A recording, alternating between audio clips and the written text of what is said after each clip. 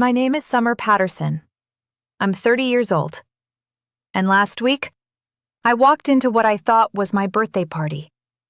But the second I stepped through those doors, I realized something was wrong. There were 75 relatives in the room. Not one balloon. Not one cake.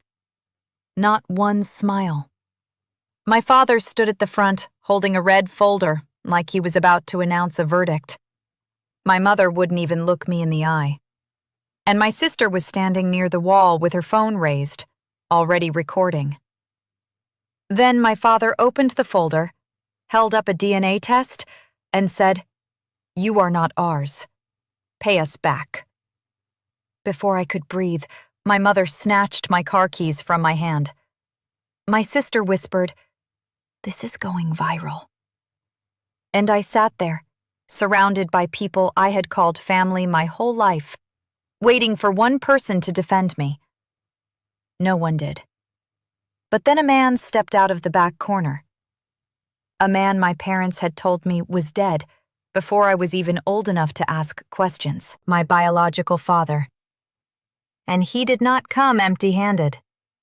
Before I continue, if this story pulls you in, please subscribe and stay with me until the end, because what happened in that room did not just expose my parents. It changed everything I believed about who I was. Let me take you back 4 weeks earlier. It started with a phone call from my younger sister, Brianna. "Summer, oh my God, you won't believe this." Her voice cut through my phone speaker while I was sitting in the ICU break room at St. Mary's Medical Center in Nashville, Tennessee. I had been charting vitals after a long night shift. My coffee was cold, my feet hurt, and I was 5 hours away from sleep. Brianna rarely called unless she needed something. Money, a ride, someone to listen while she cried about her latest influencer drama. So when I saw her name on my screen, I almost let it go to voicemail. But I answered. "What's going on?" I asked, keeping my voice low. Night shift teaches you how to stay quiet, even when life is loud. "Mom and Dad are throwing you a surprise party for your 30th birthday," Brianna said. "They're inviting everyone. Aunt Dorothy, Uncle Robert, the cousins from Cleveland, literally the whole family." I almost dropped my coffee. A party? For me? In 30 years, my parents had never thrown me a real birthday party. Not for my 18th, not for my 21st, not even when I graduated nursing school at the top of my class. But Brianna's 21st birthday had been a $15,000 event at the Belmead Country Club. 100 guests, a 5-tier cake, a professional photographer. Dad gave a speech about how proud he was of his little princess. My 21st birthday was a quiet dinner at home. Mom made meatloaf. Afterward, she patted my shoulder and said, "Money is tight this year, sweetheart. You understand." I understood. I always understood. "Bri, are you sure?" I asked carefully. "Mom and Dad don't really do parties for me." "I know, right?" she said. "That's what makes it so special. They said turning 30 is a big deal. They want to do something nice." She paused. "You have to act surprised, okay? I totally wasn't supposed to tell you." "I'll act surprised," I promised. After we hung up, I sat in that break room staring at my coffee. For the first time in a long time, I let myself hope. Maybe things were changing. Maybe 30 meant something. Maybe after all those years of being the responsible one, the quiet one, the one who never asked for too much, they were finally seeing me. I thought that party might prove I mattered. I had no idea it would prove the exact opposite. The week before the party, I did what I always did. I ran the numbers. 7 years as an ICU nurse, 7 years of 12-hour shifts, code blues, missed holidays, and holding strangers' hands while they took their last breaths. And every single month for those 7 years, I sent $500 home to help my parents. $42,000 total. I never asked for it back. I never even mentioned it. That was what family did, right? You helped when you could. Meanwhile, Brianna, with her 50,000 Instagram followers and zero steady income, still lived in our parents' basement. She had never contributed a dime. Last month, she asked Dad for $8,000 to invest in her content creation business. He wrote the check without blinking. 3 years ago, when my car broke down, I asked if I could borrow $2,000 for a down payment on a used Honda. Dad looked at me like I had asked for a kidney. "You're a strong, independent woman, Summer," he said. "You can figure it out." So I figured it out. I took out a loan. I worked extra shifts. I paid it off myself. Mom used to say, "Brianna is still finding herself. She needs support. You don't need anything from us. You're the capable one." The capable one. That was not a compliment. It was permission to ignore me. That night, while I was getting ready for the party, I caught myself thinking about something I'd buried for years. I had never actually seen my original birth certificate. Mom always said it was lost in a basement flood back in 2005. But once, out of curiosity, I checked county records. There had been no major flood in our area in 2005. I pushed that thought away. Why would my parents lie about something like that? 3 days before the party, I got the email I had been waiting 5 years to receive. I was being considered for the charge nurse position. The interview was in 2 weeks. Everything I had worked for was finally within reach. There was only one catch. The hospital required a professional recommendation letter, and my manager suggested I ask someone with board connections. "Your father used to be connected with our hospital board, didn't he?" she asked. Gerald Patterson? A letter from him would carry serious weight. So I called Dad. "A recommendation letter?" he said, sounding almost pleased. "Of course, sweetheart. I'd be happy to write one for you." I nearly cried from relief. "I'll give it to you at your birthday party," he continued. "Make it a special moment. A father presenting his daughter's future to the whole family." Something about his tone felt off. Too smooth. Too rehearsed. But I dismissed it. Maybe he was just being sentimental. 30 was a milestone. "That sounds wonderful, Dad," I said. "Thank you." "Anything for my girl." My girl. He had never called me that before. That was always Brianna's title. I hung up feeling lighter than I had in months. The promotion, the party, the letter, everything was falling into place. I was even ahead on my apartment savings. 3 more months, and I would have enough for a down payment on my own place. For the first time in years, I let myself believe my family was finally seeing me. Really seeing me. I bought a new dress for the party. Navy blue. Elegant, but not flashy. I wanted to look professional. Worthy. I had no idea I was dressing for my own public execution. The night of the party, I stood in front of my bathroom mirror and barely recognized myself. The navy dress fit perfectly. I had done my makeup carefully, simple and polished. I even bought a small gift for my parents. A leather-bound photo album I had spent weeks filling with family pictures. Ridiculous, right? Bringing a gift to your own birthday party? But that was me, always giving, always trying to earn something that should have been freely given. I remembered being 10 years old, spending hours painting a Mother's Day picture for Mom. Watercolors, a garden scene. I thought it was beautiful. Mom glanced at it, then looked at Brianna's stick figure drawing and gasped. "Oh, sweetheart, you're such an artist. Let's put this on the fridge." Brianna's drawing went on the fridge.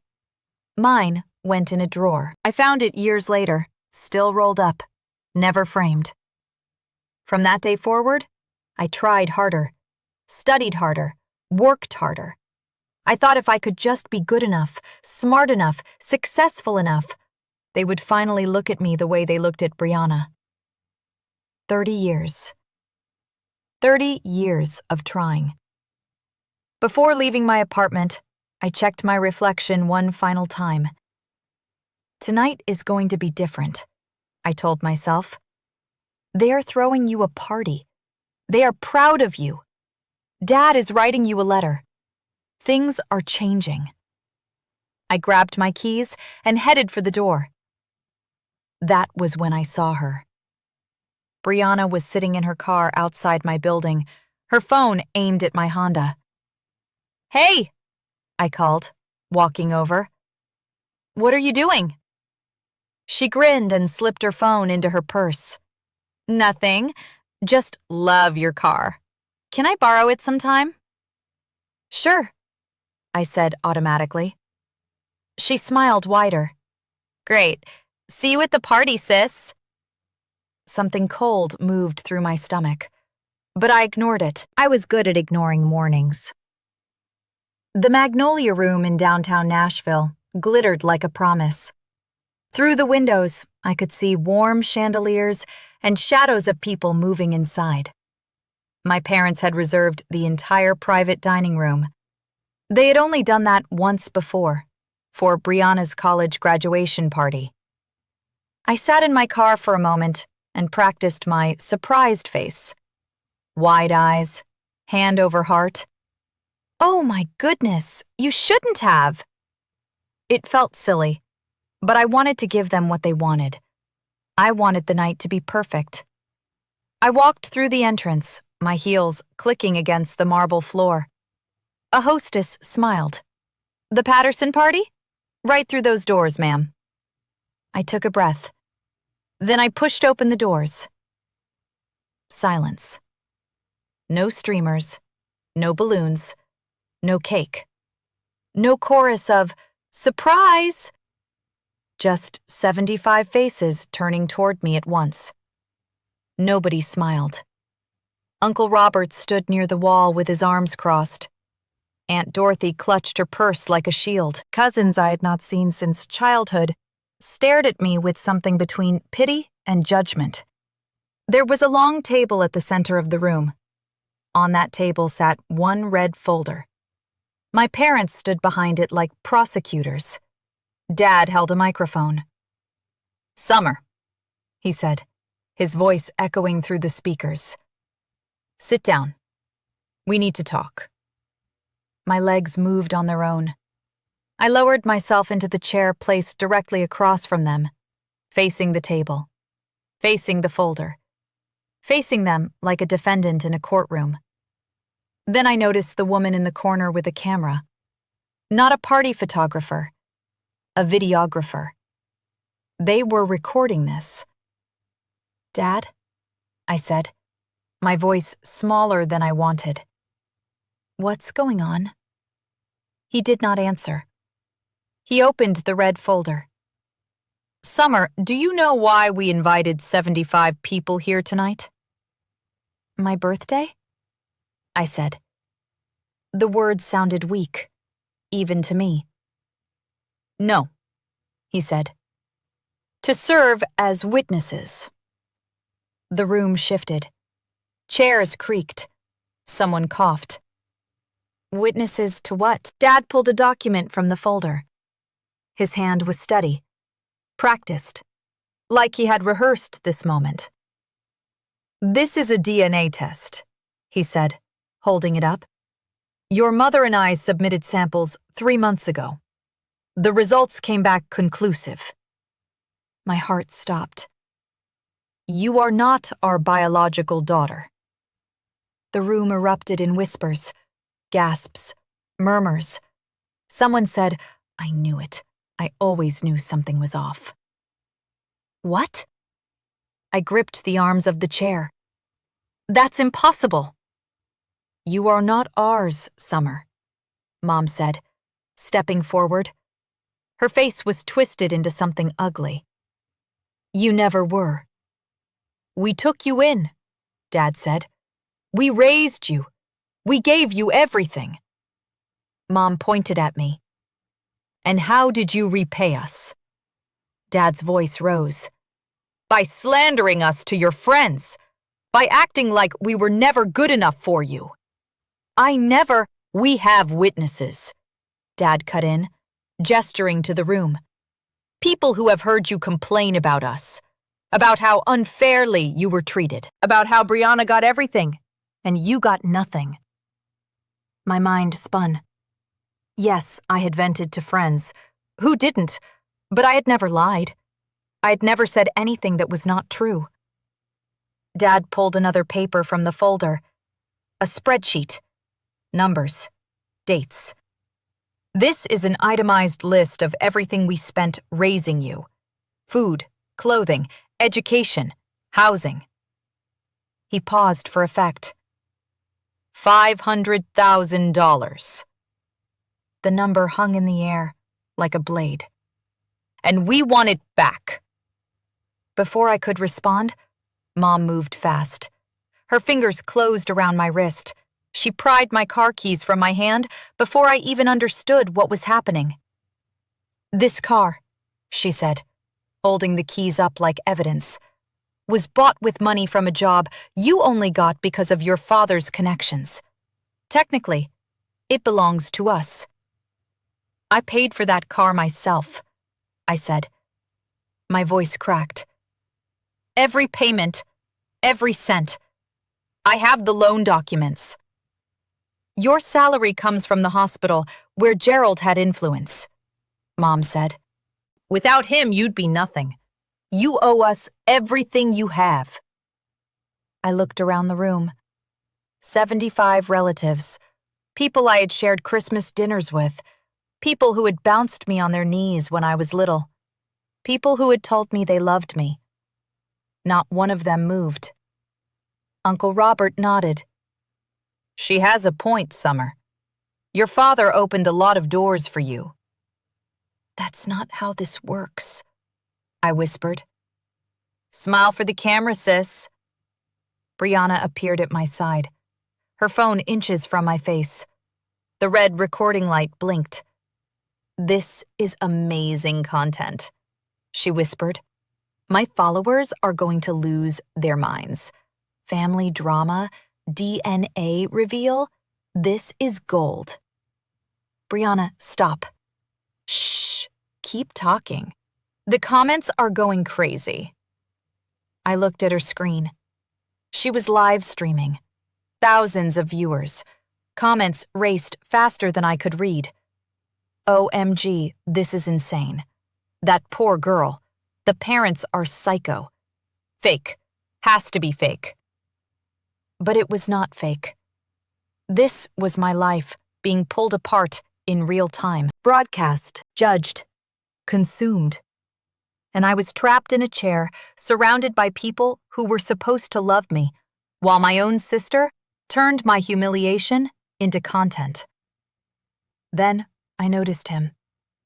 A man stood alone near the emergency exit. He was not dressed like the rest of my relatives. No casual blazer. No department store suit. His suit was charcoal gray and perfectly tailored.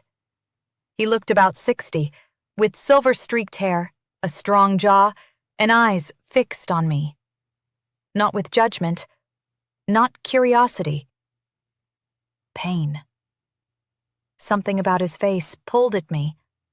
I did not recognize him. He was not family, not a friend of my parents as far as I knew.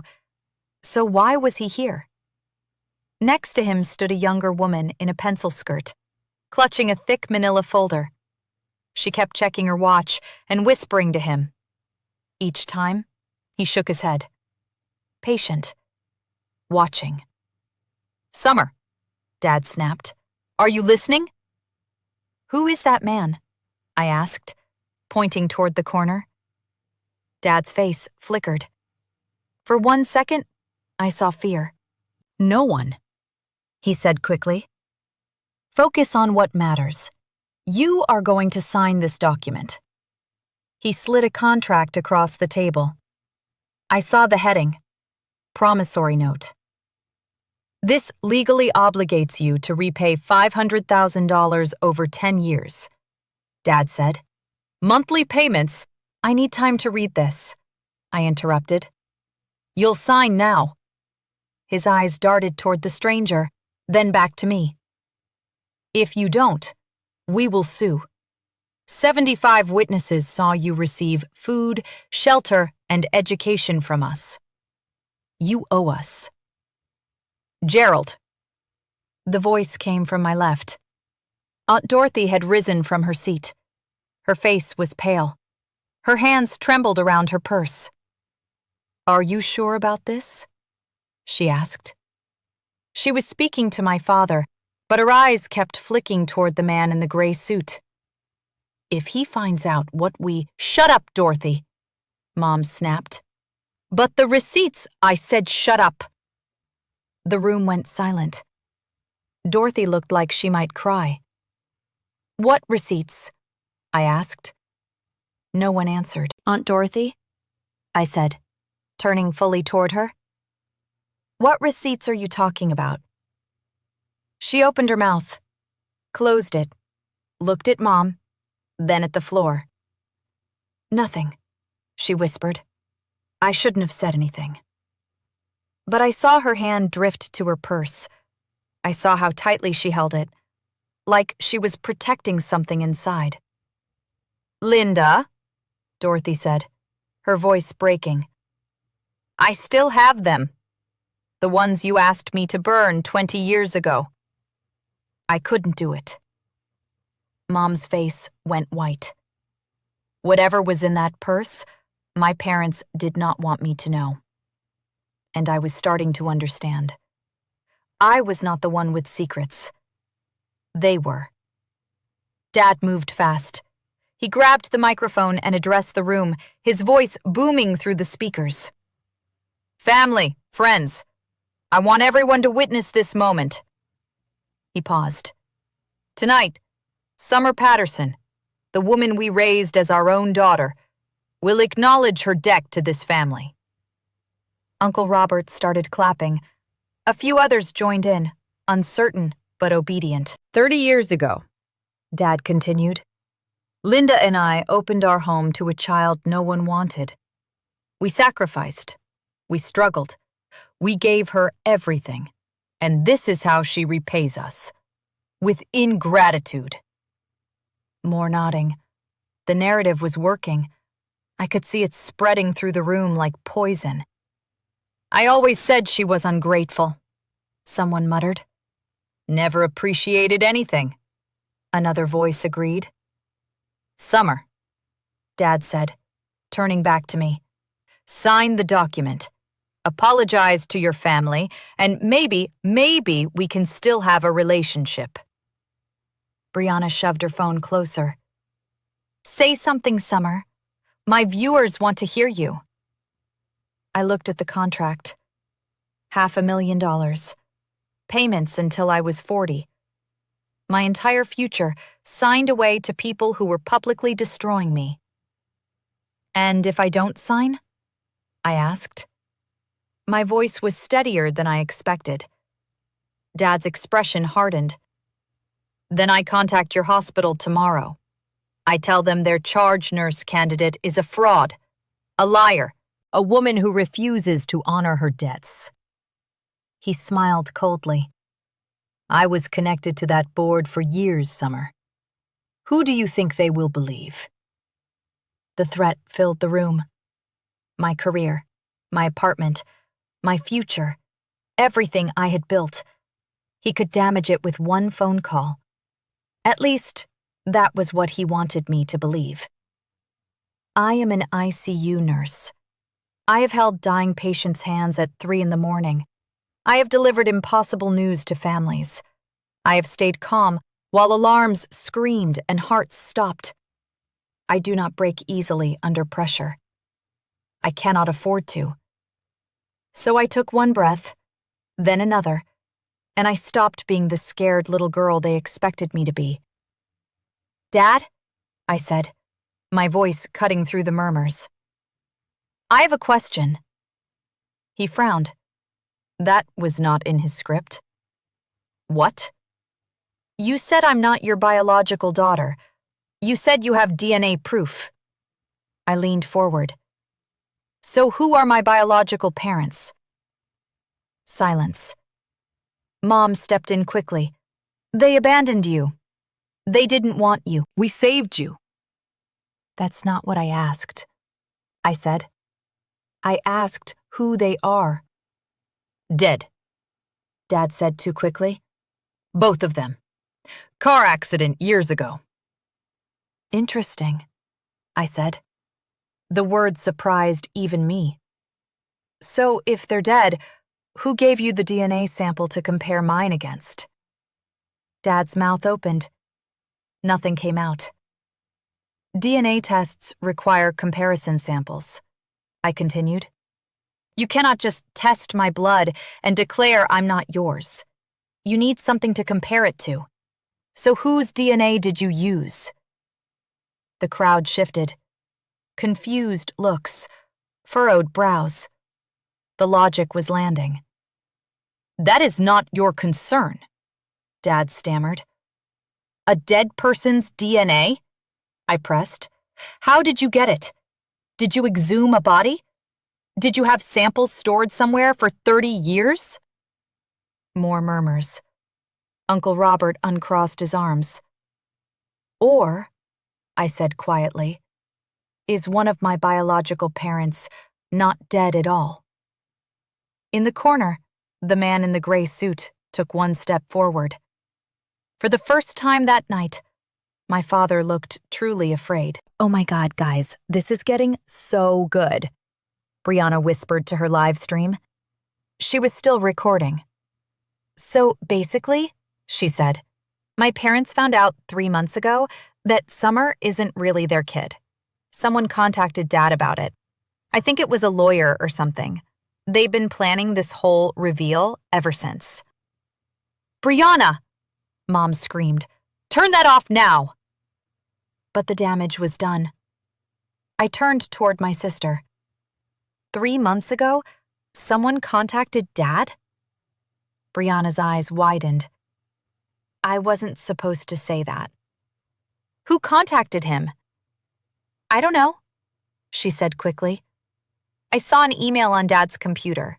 Some law firm. Something about the end of an agreement and mandatory disclosure. Brianna, I swear to God, Dad snapped. He lunged for her phone, but I stepped in his path. End of an agreement? I asked. What agreement? What mandatory disclosure?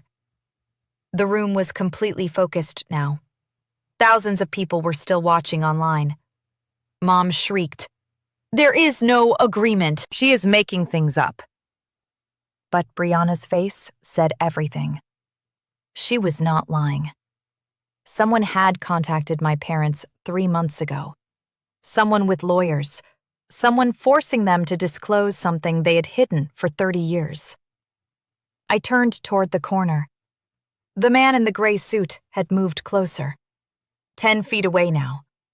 His eyes were wet, and when I really looked at him, I saw something I should have noticed sooner. My eyes. He had my eyes. You're not dead, I whispered. He shook his head slowly. No, sweetheart. I'm not. I need to pause here for a second. If you were in that room, what would you have done? Would you have walked out? Would you have shouted? Or would you have stayed long enough to hear the truth? Tell me in the comments, because I still think about that moment. Now, let me take you back into that room. The man stepped forward, and the crowd seemed to part around him. Allow me to introduce myself, he said. His voice was calm, measured, and carried an authority my father could only imitate. Security! Dad snapped. Someone call security. This man is trespassing. No one moved. My name is Marcus Whitfield, the man said. And I am Summer's biological father. The room exploded. Gasps, shouts, phones lifted from pockets and purses. I could not breathe. You're supposed to be dead, I said. Marcus's jaw tightened. Is that what they told you? I nodded. I have never been dead, Summer, he said softly. I have been waiting for 30 years. He's lying, Mom screamed. He is a con man, a fraud. Gerald, tell them! But Dad stood frozen, his face the color of ash. Marcus turned to him. Gerald, would you like to tell her the truth, or should I? Silence. Marcus nodded slowly. I thought so. Then he looked at me again, and his face softened. Your biological mother's name was Catherine Hayes. We loved each other very much. When she became pregnant with you, her family disapproved. They forced her to give you up. Then how did I end up with them? I asked. The Pattersons agreed to adopt you under certain conditions, he said, glancing toward my parents. Conditions they were very well compensated for. The floor seemed to tilt. What conditions? Marcus reached into his jacket and pulled out a photograph. It was old and slightly faded. A young woman smiled into the camera. She had my face, my eyes, my smile. This was your mother, Marcus said, and she loved you more than anything in this world. The woman in the pencil skirt stepped forward and handed Marcus the thick manila folder. Gerald, Marcus said, his voice dangerously calm. You just demanded that Summer repay $500,000 for the cost of raising her. That's right, Dad said weakly. Every penny we spent. Interesting, Marcus said, opening the folder. Because according to my records, you've already been paid. He pulled out a stack of papers. Bank statements, wire transfers, Transaction records. $1,500 every month for 28 years, Marcus said. Starting in 1996 and ending last year. That is $504,000, Gerald. The crowd stirred. What is that? Uncle Robert demanded. These are wire transfer records, Marcus said.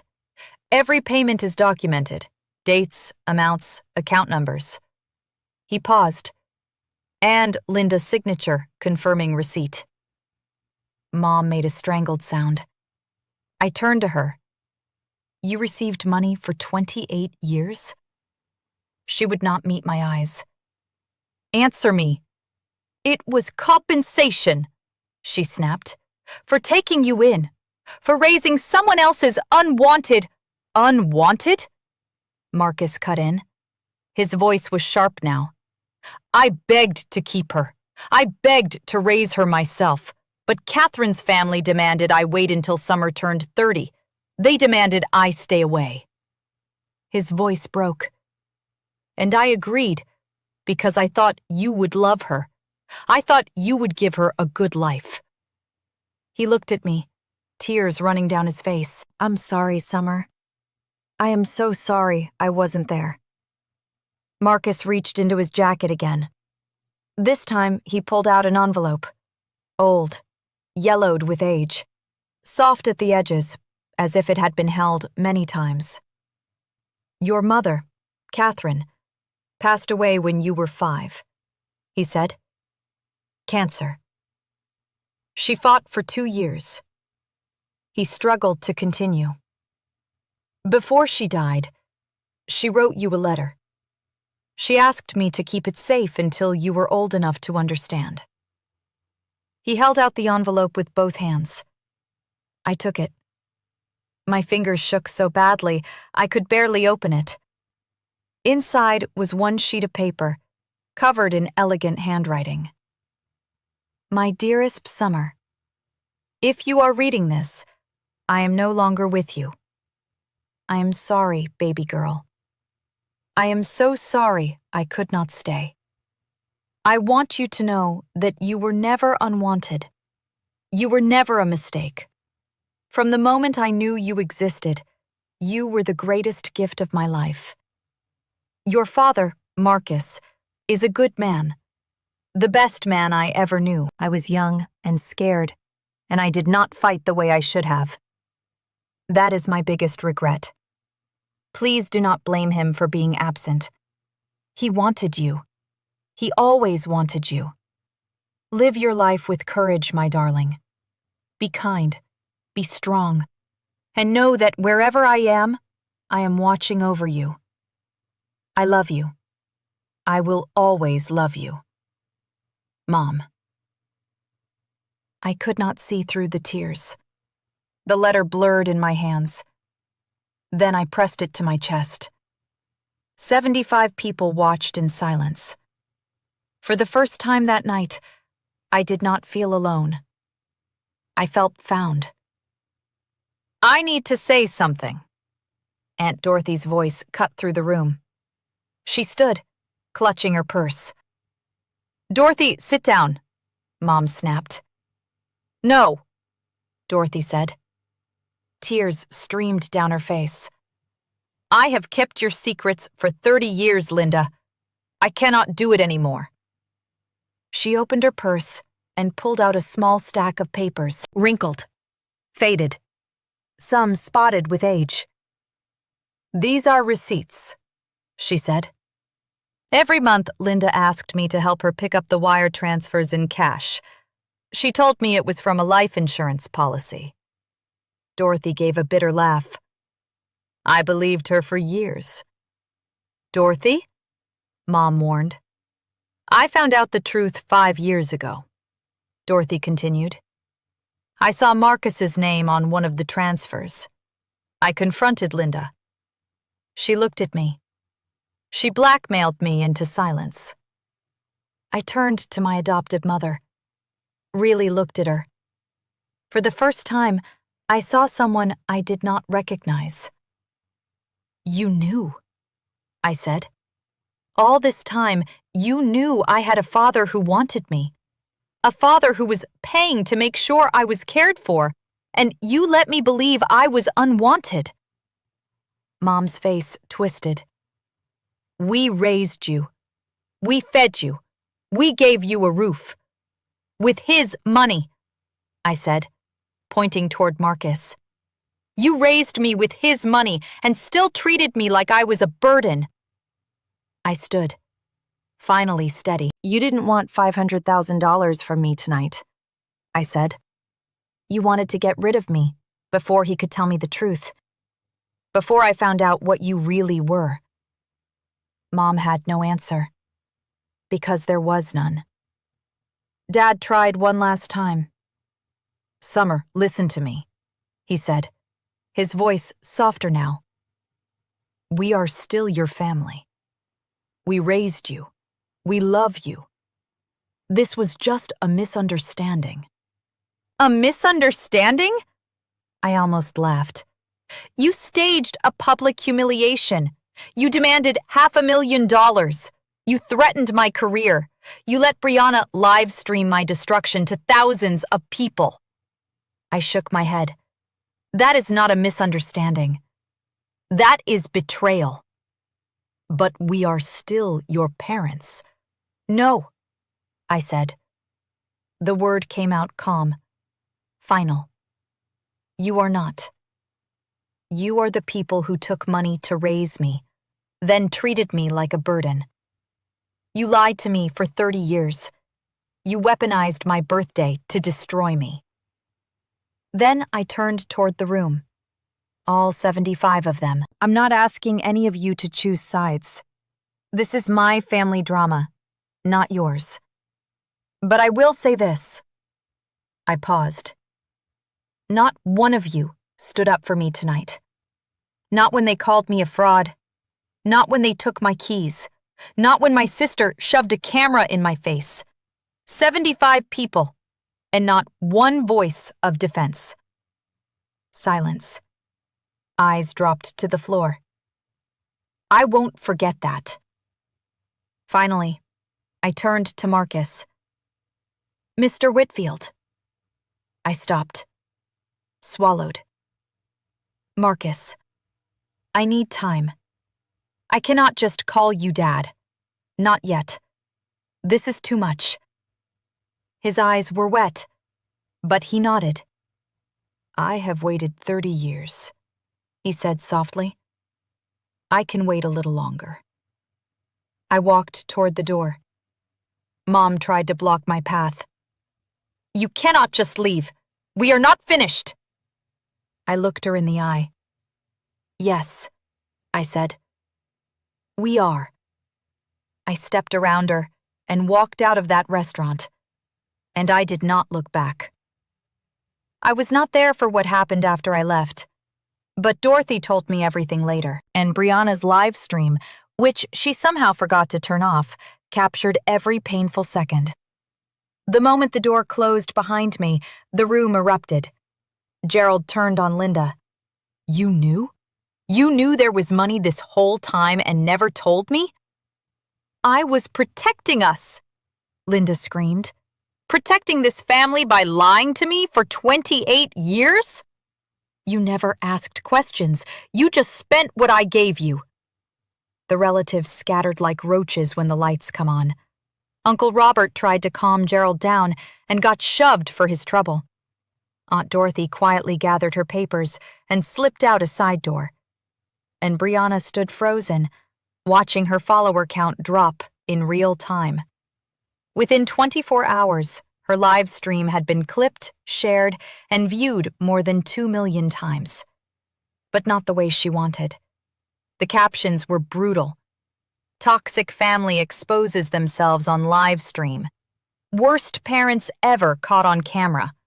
Girl documents her own family's downfall. The comments were merciless. Brands she had been negotiating with pulled out.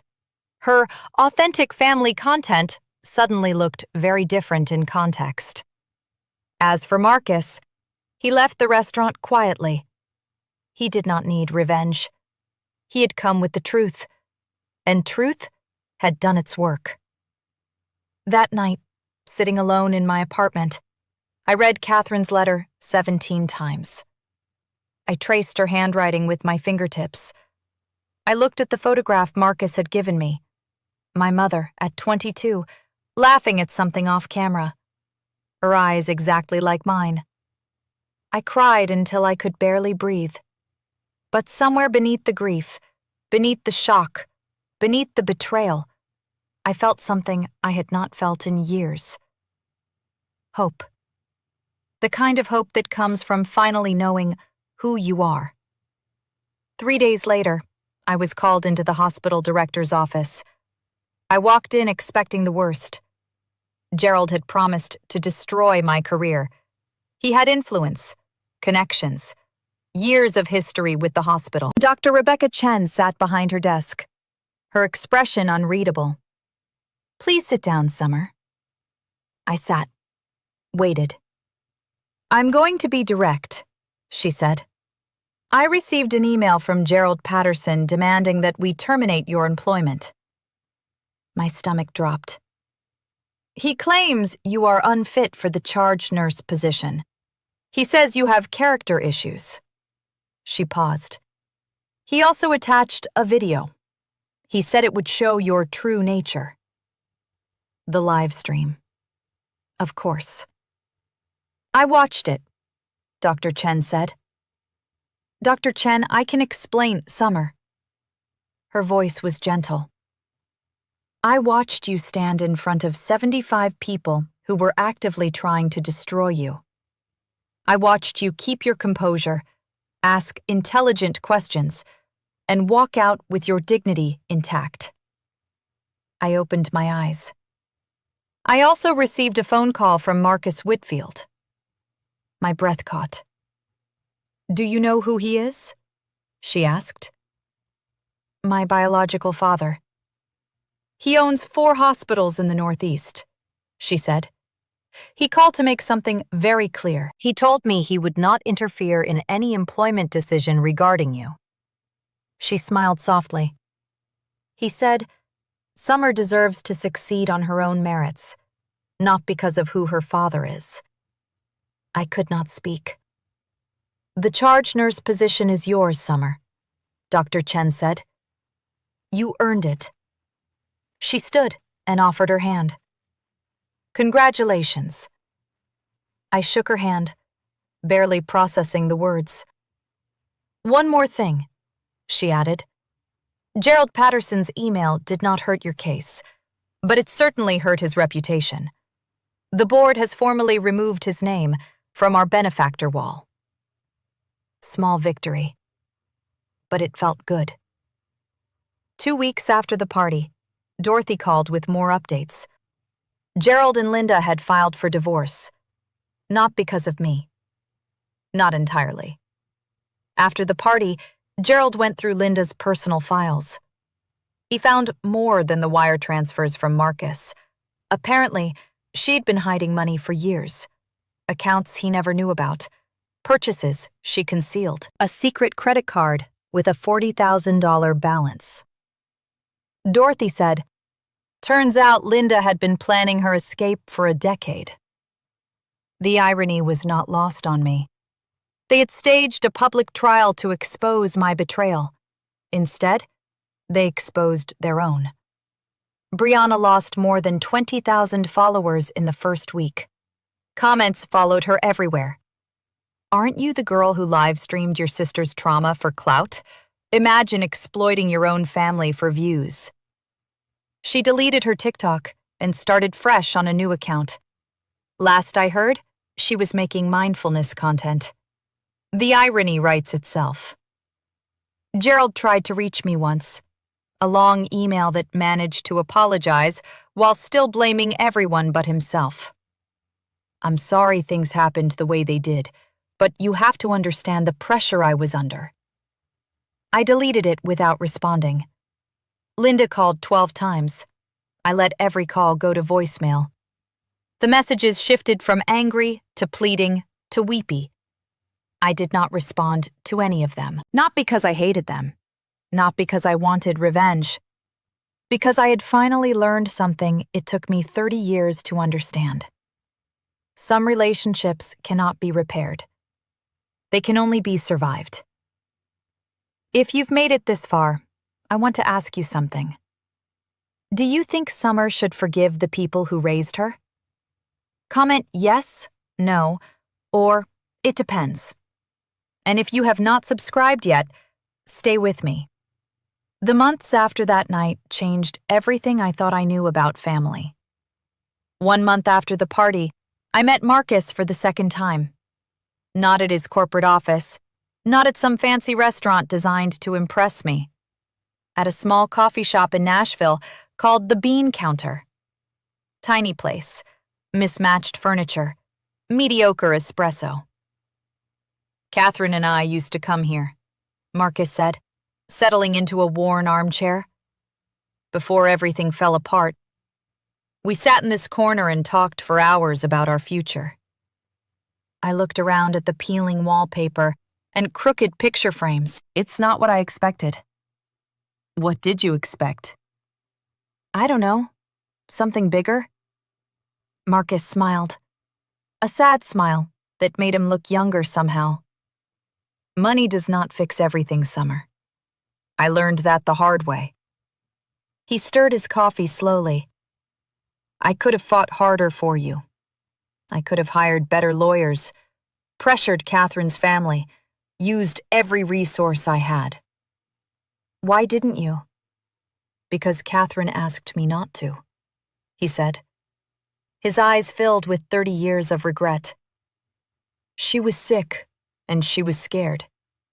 She feared that if I pushed too hard, her family would take you somewhere I would never find you.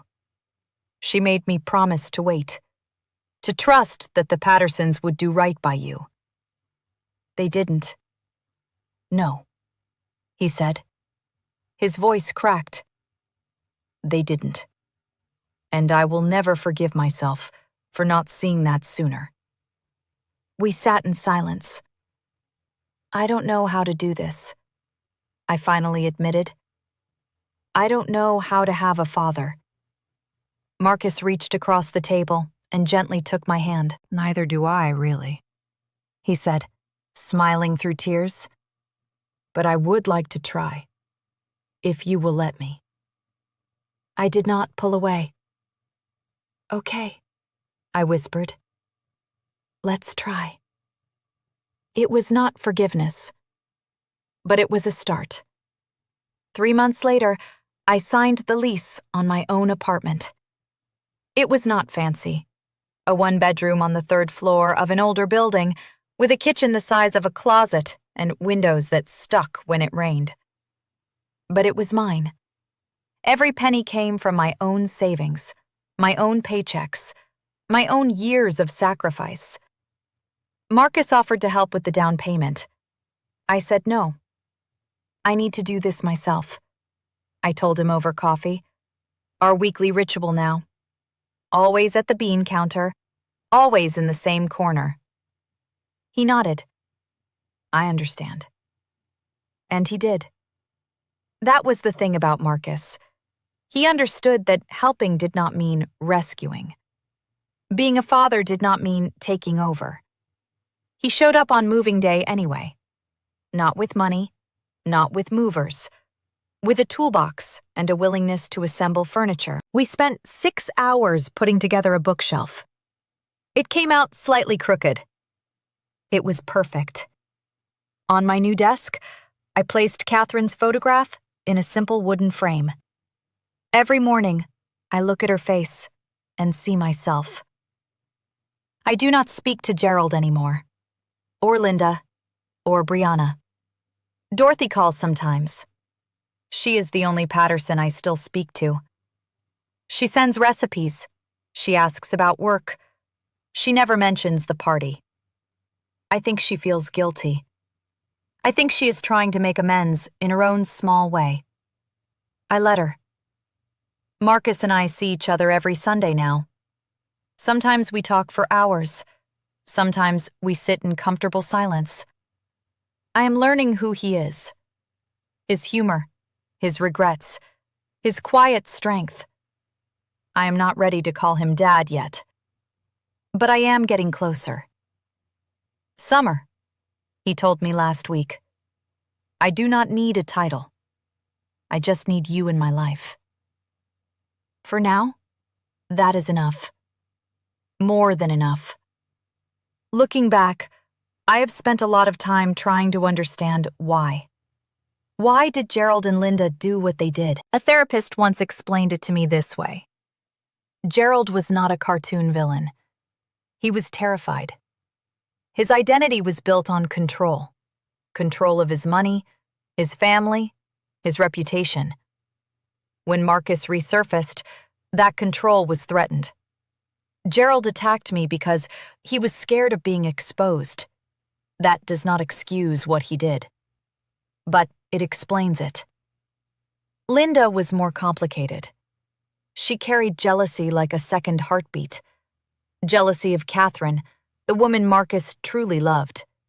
Jealousy of me, the living reminder of that love. Every time she looked at my face, she saw a truth she had spent years trying to bury. She never bonded with me because she never allowed herself to.